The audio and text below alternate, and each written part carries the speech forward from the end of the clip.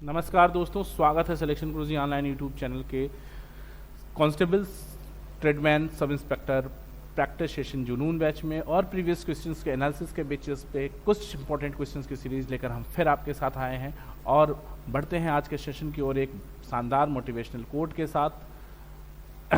आप ये हमारा शेड्यूल देखिए, यहाँ पड़ा हुआ GK GS practice batch 6 AM morning, reasoning practice session batch 7 AM morning, maths practice session batch 8 AM morning, Hindi practice session batch 9 AM, English chapter wise 7 PM and maths chapter wise बहुत जल्दी शुरू होने वाला है 8 बजे से। ठीक है, तो स्टार्ट करते हैं मोटिवेशनल कोट से। मंजिलें उन्हें नहीं मिलती जिनके ख्वाब बड़े होते हैं, मंजिलें उन्हें नहीं मिलती जिनके ख्वाब बड़े होते हैं, बल्कि मंजिलें उन्हें मिलती हैं जो जिद पर अड़े होते हैं। तो जिद बहुत ज़रूरी है, सफल होने की जिद बहुत ज़रूरी है। बढ़ते हैं सवालों की तरफ। कह रहे हैं कि एक त्रिभुज के आधार को 15% बढ़ाया जाता है जबकि ऊंचाई को 20% बढ़ाया जाता है। त्रिभुज के क्षेत्रफल में कितने प्रतिशत की वृद्धि हो जाएगी? ध्यान से समझने की कोशिश करिएगा। क्या है कि 15 प्लस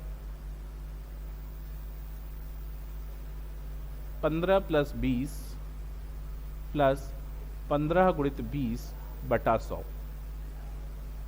20 पंजे 100, 5 तिहाई 15 और ये हो गया 15 35 38%। ये आपका डी ऑप्शन करेक्ट हो गया, कोई दिक्कत नहीं। आगे बढ़ते हैं, अगला क्वेश्चन कह रहे हैं कि उम्मीदवार को कुल 45% मत प्राप्त हुए यदि उसके क्षेत्र में कुल 21,400 मतदाता थे तो वह कितने प्रतिशत मतों से पराजित हुआ? अरे यार, प्रतिशत पूछ रहा है तो संख्या की जरूरत ही नहीं है, इस डेटा की कोई जरूरत नहीं थी। विनर और लूजर कह रहा है कि 45% एक उम्मीदवार को कुल 45% मत प्राप्त हुए, वह यदि क्षेत्र में कुल इतने मतदाता थे तो वह कितने प्रतिशत मतों से पराजित हुआ। ठीक है, मत प्राप्त हुए और वो हार गया ना। तो अगर लूजर को 45 मिले तो विनर को कितने मिले? 55%। तो कितने परसेंट से जीत गया? 10% से वो पराजित हो गया। ठीक, अगला क्वेश्चन ध्यान दीजिएगा, बहुत सिंपल सवाल है। एक पानी के टंकी की माप 4 मीटर गुणित 3 मीटर गुणित 2 मीटर में एक टंकी की माप 4 गुणित 3 गुणित 2 है में 12,000 लीटर पानी है, तो टंकी के तल से पानी की ऊंचाई कितनी है? सिंपल सवाल समझने की कोशिश करना दोस्त, कि 1 घन सेंटीमीटर 1 लीटर बराबर होता है, 1 लीटर बराबर है आपके 1000 घन सेंटीमीटर। 1 लीटर बराबर 1000 सेंटीमीटर क्यूब, तो 12,000 लीटर का मतलब हो गया 12 के आगे 3 और 3 6 0 2 2 4 सेंटीमीटर क्यूब। ये इसका आयतन हो गया, किसका? पानी का। अगर पानी का आयतन इतना हो गया तो इसकी माप क्या होगी? तो पानी की ऊंचाई h बराबर पानी का आयतन 12, इसके आगे 10 की पावर 6 बाई 400 लंबा, 400 मीटर लंबा है और 300 मीटर चौड़ा है। सेंटीमीटर में बदलोगे तो 400 गुणित 300, 4 तिहाई 1200, 4 तिहाई 12, 3 चौक के 12, ये पूरा 12 खत्म हो जाएगा, बचेगा 10 की पावर 6 बाई 10 की पावर 4 यानी 10 की पावर 2। इसका मतलब हो गया 100 सेंटीमीटर, और 100 सेंटीमीटर का मतलब कितना है? ये थोड़ा कैलकुलेशन आपको दिख नहीं रहा होगा, आई होप, निश्चित रूप से। तो यहाँ पे आप देख लीजिए कि 10 की पावर 6 बाई 10 की पावर 4 यानी 10 की पावर 2 यानी 100 सेंटीमीटर यानी 1 मीटर। ये आपका पहला ऑप्शन सही हो जाएगा। यहाँ तक कोई तकलीफ नहीं है ना? यहाँ तक बात को समझ पा रहे हो? यहाँ तक कोई दिक्कत नहीं है? ठीक, एक मिनट, थोड़ा सा कुछ टेक्निकल इशू है, इसको सही कर लेते हैं। ठीक है, बात समझ पा रहे हो आप? आगे बढ़ते हैं, अगला क्वेश्चन ध्यान देना। अगला क्वेश्चन क्या है कि यदि 4 क्रमिक विषम संख्याओं का औसत 18 है तो इन संख्याओं में सबसे बड़ी संख्या क्या है? बहुत सिंपल सवाल है यार, बिना पेन पेपर का सवाल है। 19 और 21 सबसे बड़ी संख्या होगी।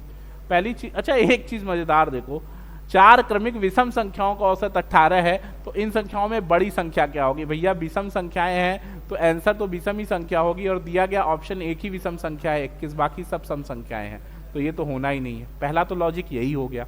दूसरा लॉजिक क्या है कि अगर भाई हमने बताया कि क्रमिक संख्या है, मान लो ए है, बी है, सी है और डी है, कह रहे हैं कि अब इसके क्रमिक संख्याएं हैं तो औसत बीच वाली संख्या। अब चार संख्याओं के बीच वाला औसत क्या होगा? दूसरी और तीसरी संख्या के बीच का संख्या।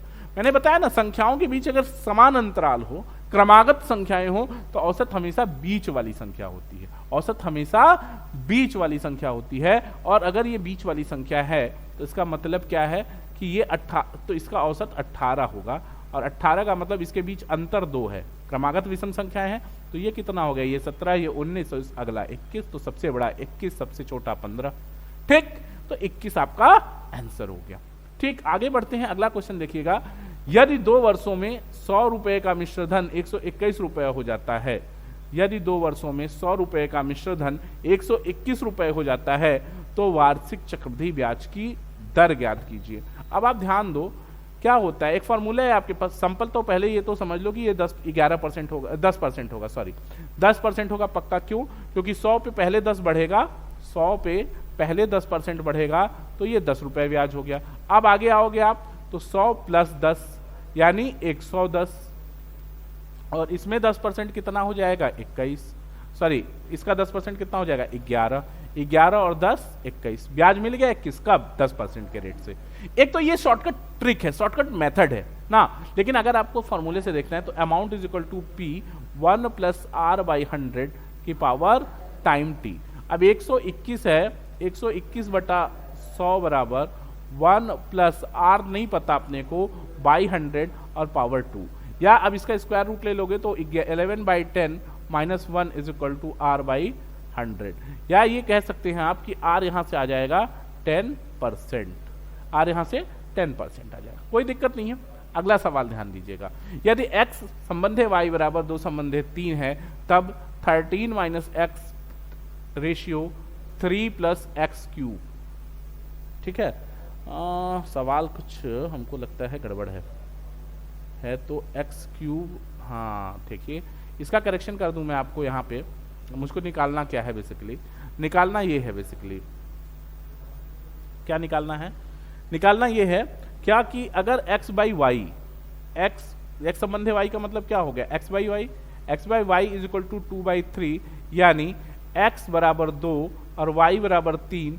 तो आपको निकालना ये है कि y cube minus x cube, y cube minus x cube संबंधे y क्यूब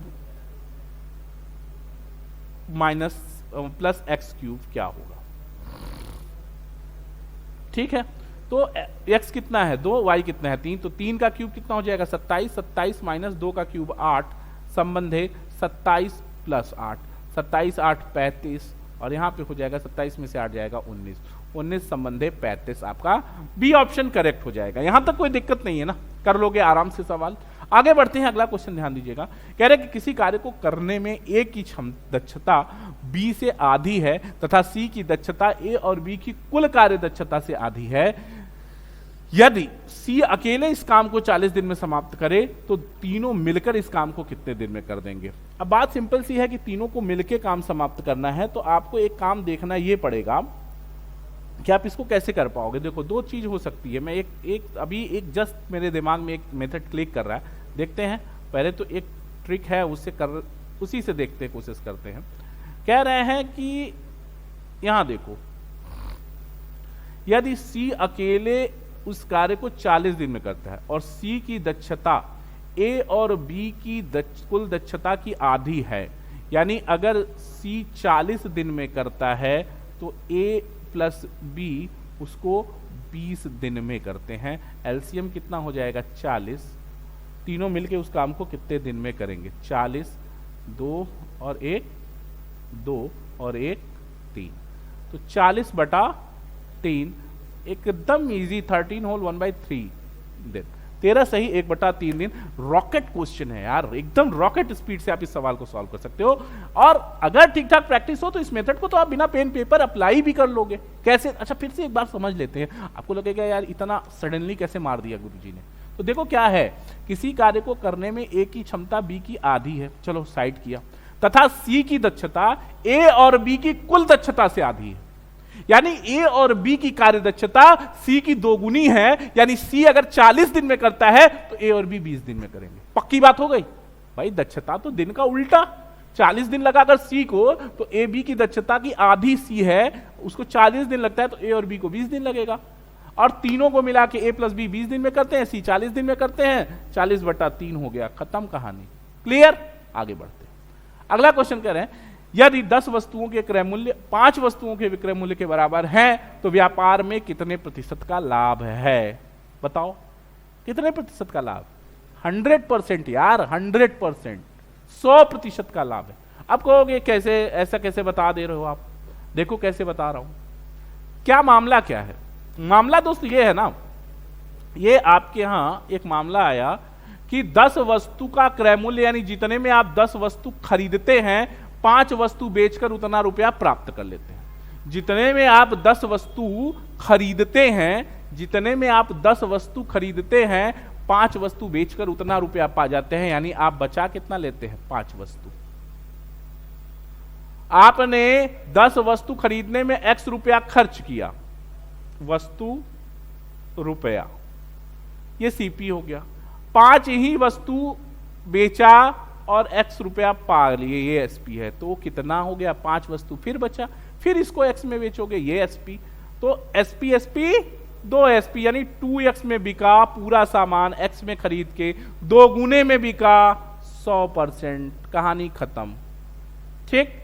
अगला सवाल, आपको इस लेवल तक ले जाना है अपने मैथमेटिक्स को कि बहुत, अगर 50 क्वेश्चन है, 40 क्वेश्चन है या 25 क्वेश्चन है, तो कम से कम 30 से 40% क्वेश्चन, 30 to 40% क्वेश्चन आप सिर्फ और सिर्फ ऑप्शन से, हिट एंड ट्रायल से जज करके लगा सके, तब तो आप टाइम बचा पाओगे बाकी सेक्शन के लिए।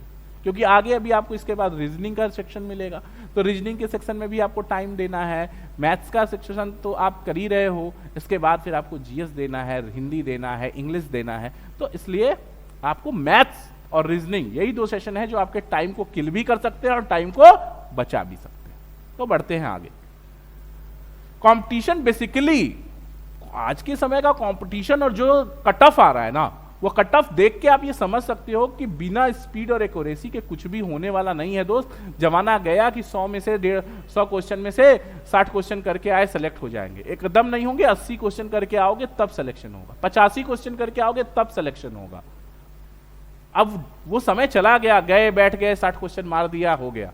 कट ऑफ देख रहे हो, अभी जीडी का कट ऑफ देखा ना, तो अब उसके प्रोस्पेक्टिव में तैयारी करनी। तो बढ़ते हैं आगे।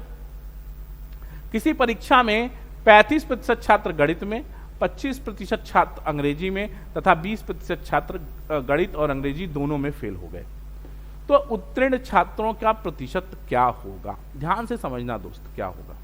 किसी परीक्षा में 35% छात्र गणित में, ठीक,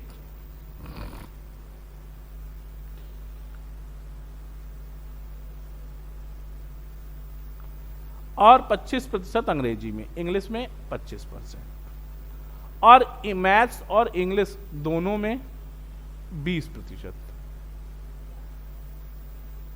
फेल हो गए। तो 35 और 20 60, 35 और 50 25 60 और -20, यानी 40%। ये क्या है? टोटल फेल है, ये टोटल फेल है। तो टोटल पास 60%। कोई दिक्कत नहीं, कर लोगे, ठीक है ना, कोई तकलीफ नहीं। अगला क्वेश्चन ध्यान देना। संजीव ने एक खिलौना खरीदा जिस पर उसे अंकित मूल्य पर 20% छूट मिली, ठीक है। संजीव ने एक खिलौना खरीदा जिसे अंकित मूल्य पर 20% छूट मिली, उसने उसे 468 रुपए में बेच दिया, जो कि अंकित मूल्य के ऊपर 4% लाभ पर था। उसने यह खिलौना किस मूल्य पर खरीदा था? बड़ा सिंपल सा सवाल है यार, फिर से पढ़ लेते हैं। संजीव ने एक खिलौना, थोड़ा सा ब्लर आ रहा है, थोड़ा मैं आपको स्क्रीन बड़ा कर दूं तो क्वेश्चन आप इजीली पढ़ पाओगे। अभी सही है? हाँ, अब सही है, अब आप पढ़ पा रहे हो प्रॉपर, ठीक है। क्वेश्चन क्या कह रहे हैं? हाँ सही है गुरु। कह रहे संजीव ने एक खिलौना खरीदा जिस पर उसे अंकित मूल्य पर 20% छूट मिली। संजीव ने एक खिलौना खरीदा जिस पर उसे अंकित मूल्य पर 20% छूट मिली।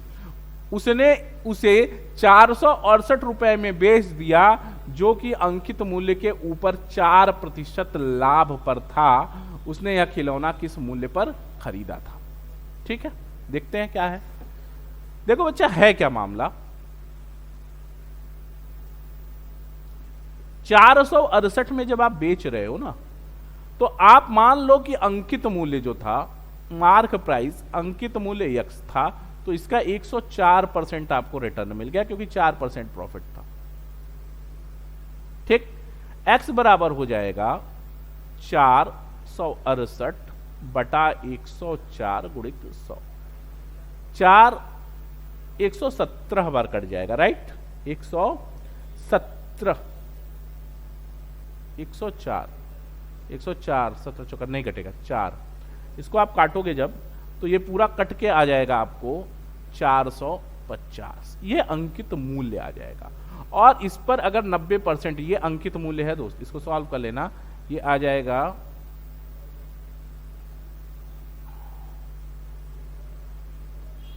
हाँ 4.5। एक मिनट, जरा सा 1 मिनट, किससे काट दूं? 26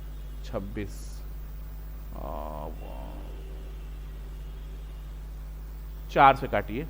4 दूनी 8, 4 छक 24, 4 एक का 4, ठीक।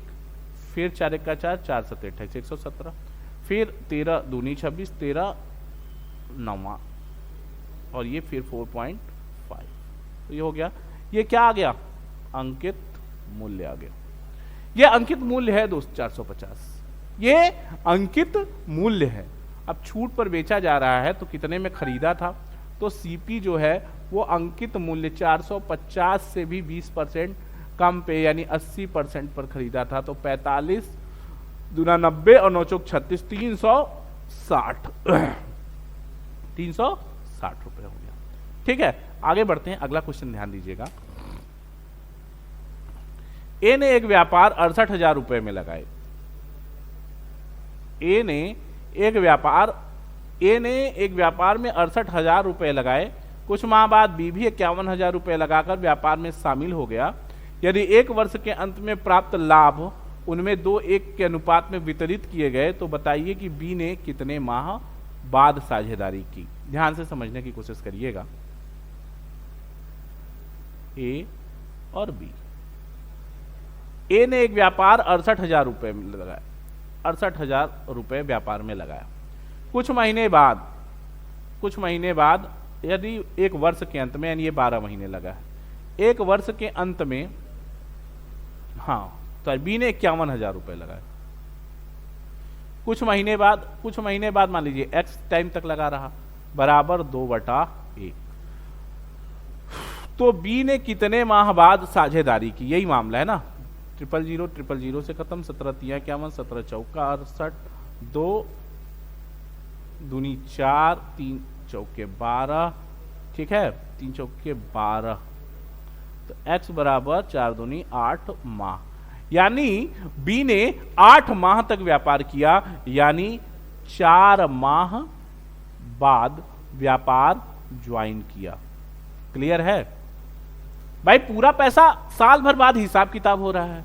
गुरु जब 7 साल भर बाद 12 महीने बाद हिसाब किताब हो रहा है, तो आप कैलकुलेशन में पा रहे हो कि बी ने 8 ही महीने तक पूंजी लगाई, यानी व्यापार में वो लेट से आया। और कितने लेट से? 4 महीने लेट से आया। क्लियर हो रही बात? आगे बढ़ते हैं। अगला क्वेश्चन कह रहे हैं, बलिंद्र वीरेंद्र से उतना ही छोटा है। ध्यान दीजिएगा, बलिंद्र वीरेंद्र ये सबको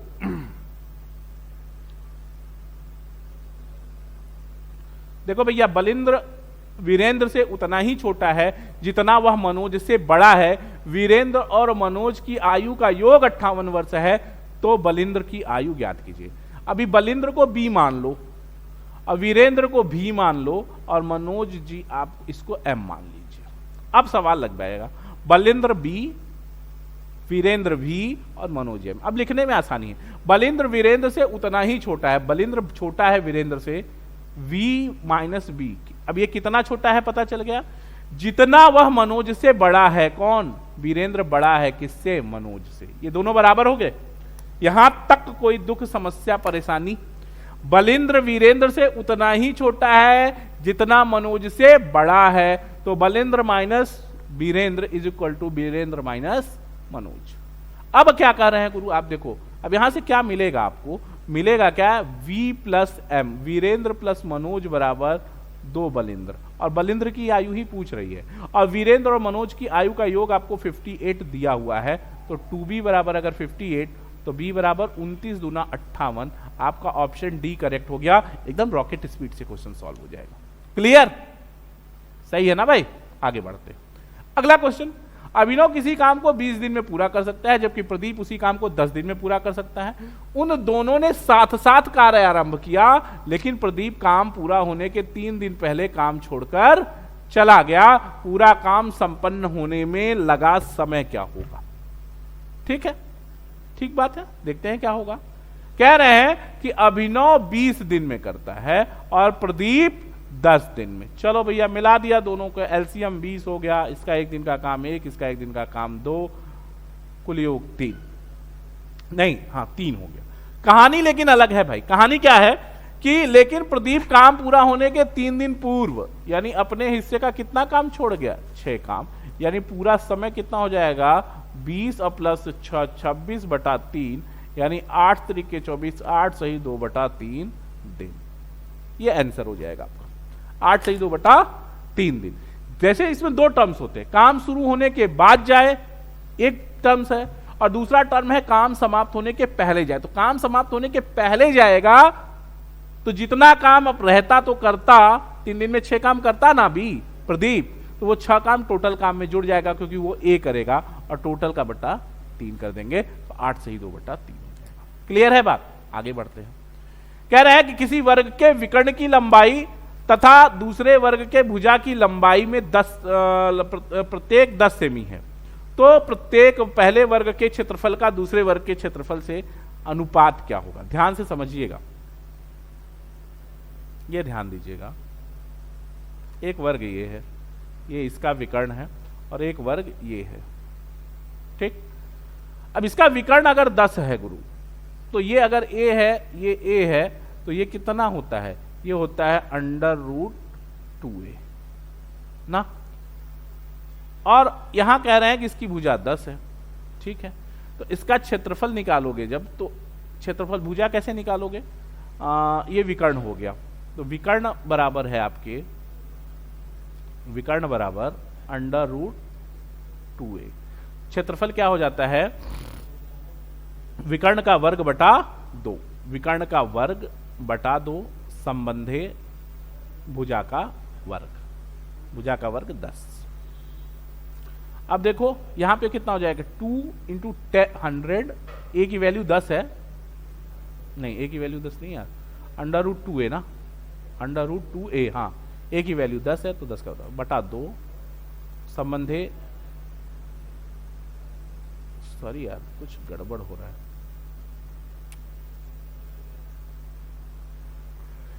किसी वर्ग के विकर्ण की लंबाई तथा दूसरे वर्ग के भुजा की लंबाई प्रत्येक 10 सेमी है। अच्छा ये विकर्ण 10 है ना, तो अगर विकर्ण 10 है, ये a है, ये a है, तो 2a² + 2a² is equal to 10, तो a² इज इक्वल टू बराबर 100, तो a² इज इक्वल टू 50, तो a बराबर 50, 5√2 है। 1 मिनट, कुछ गड़बड़ हो रहा है, शुरू से देख लेते हैं।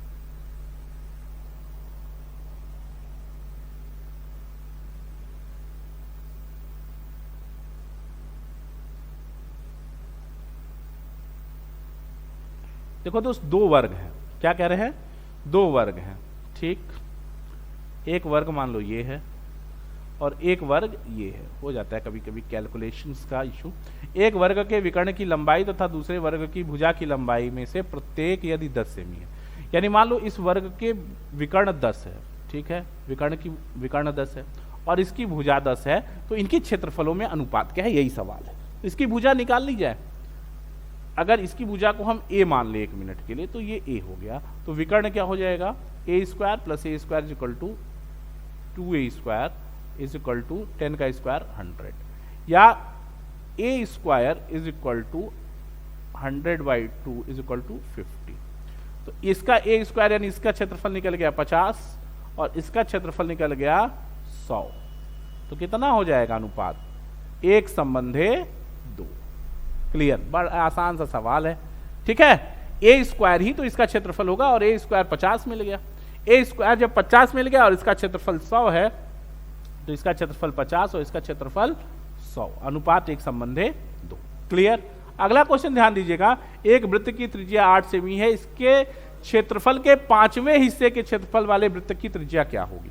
ध्यान से समझने की कोशिश करिएगा दोस्त, आसान सा सवाल है कि एक वृत्त की त्रिज्या 8 है तो उसका क्षेत्रफल कितना हो जाएगा? πr² बराबर 64 पाई, ठीक है। और एक नया वृत्त बता रहे हैं, यदि उसका क्षेत्रफल πr² वो बराबर है इसके 1/5 के।